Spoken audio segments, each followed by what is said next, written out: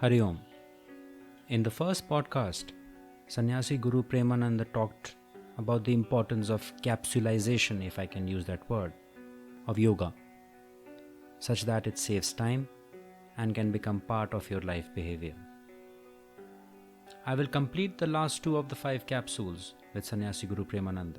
But before that, it becomes important that I keep simplifying concepts for our listeners. In his introductory podcast, Sannyasi Guru Premananda ji described the fabulous power of mantra chanting, and I thought I would just expand on it. Today I just happened to read an article on cricinfo.com about Ajinkya Rahane, the India cricketer, and the coming of age of a person who is as unassuming as he is lucid.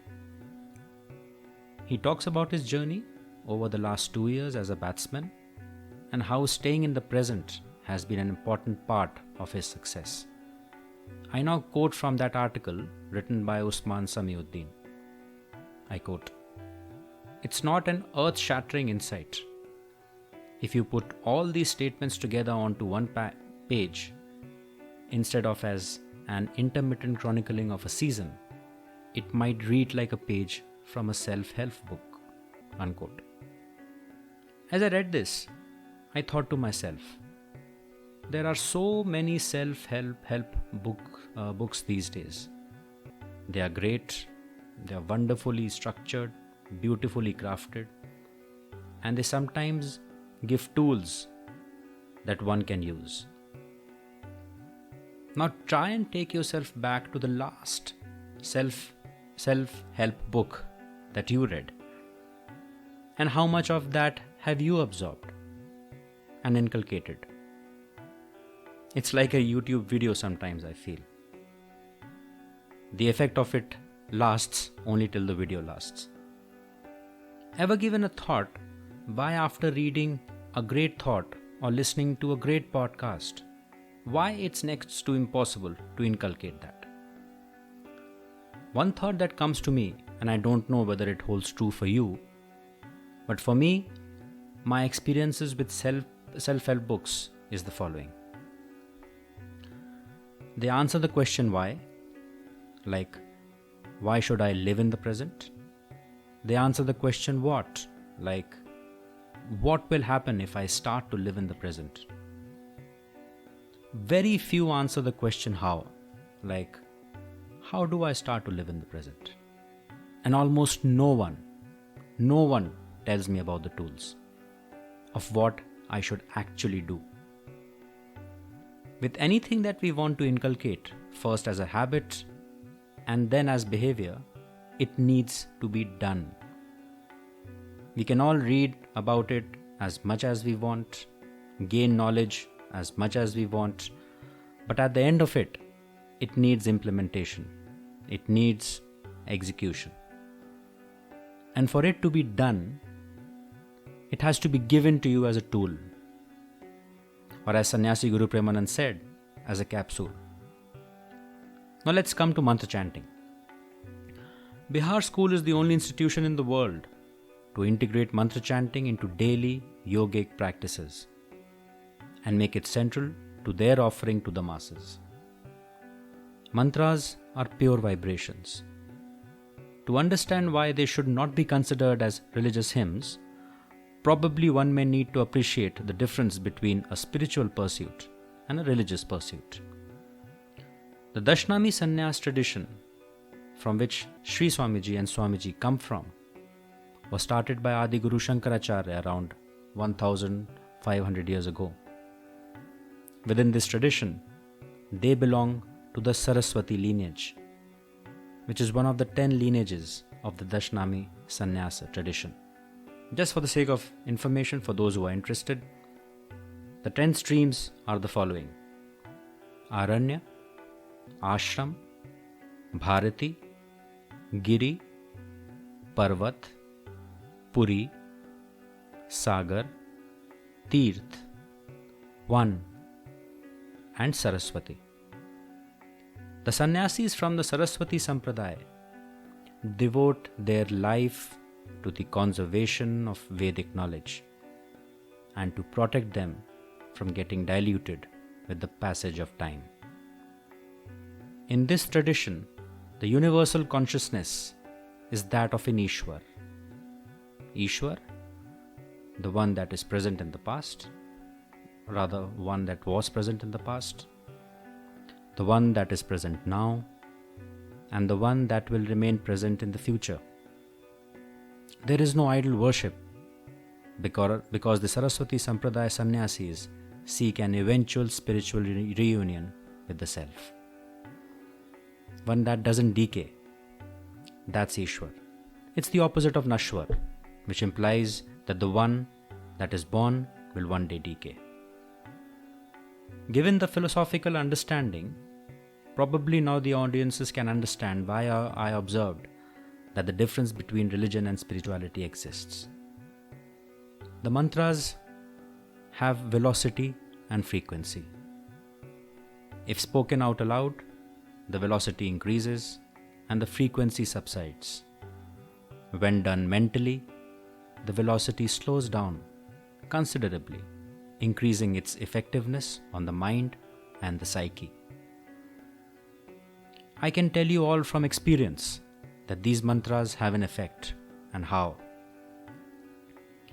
If you have ever seen the closed chamber where all those smokers are having their smoke in an airport lounge or in a public space, if you have seen the haze that engulfs Delhi or Mumbai as you ascend or descend in an airplane, you will feel the same difference of being able to discriminate the smoke and the distress in your mind that was present before and after you started doing this capsule. The difference when you chant these mantras is immense. Try it. When you have had a calamitous night in the hospital corridor, while your near and dear ones are fighting for their lives inside, the morning changes once you chant.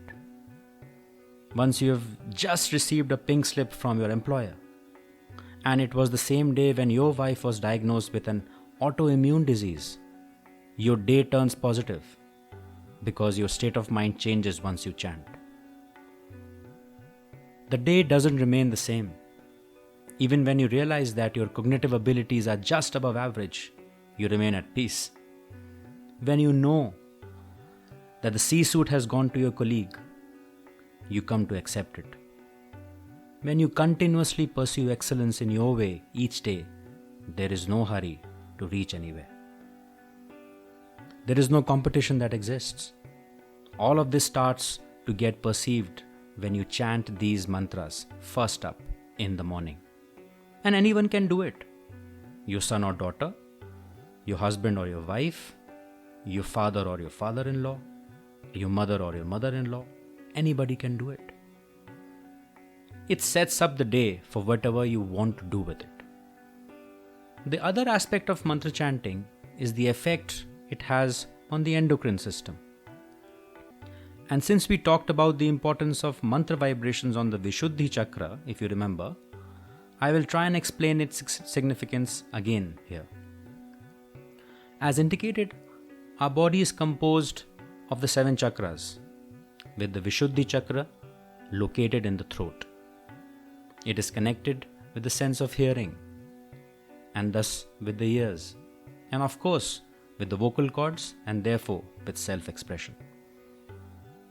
Emotions, when not expressed, tends to get depressed, and is the cause of, depression.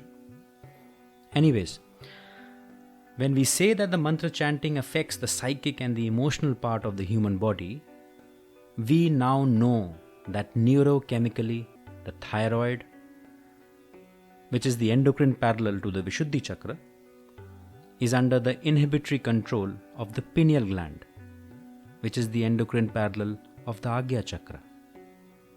The Agya chakra is the center of the psychic activity in a person.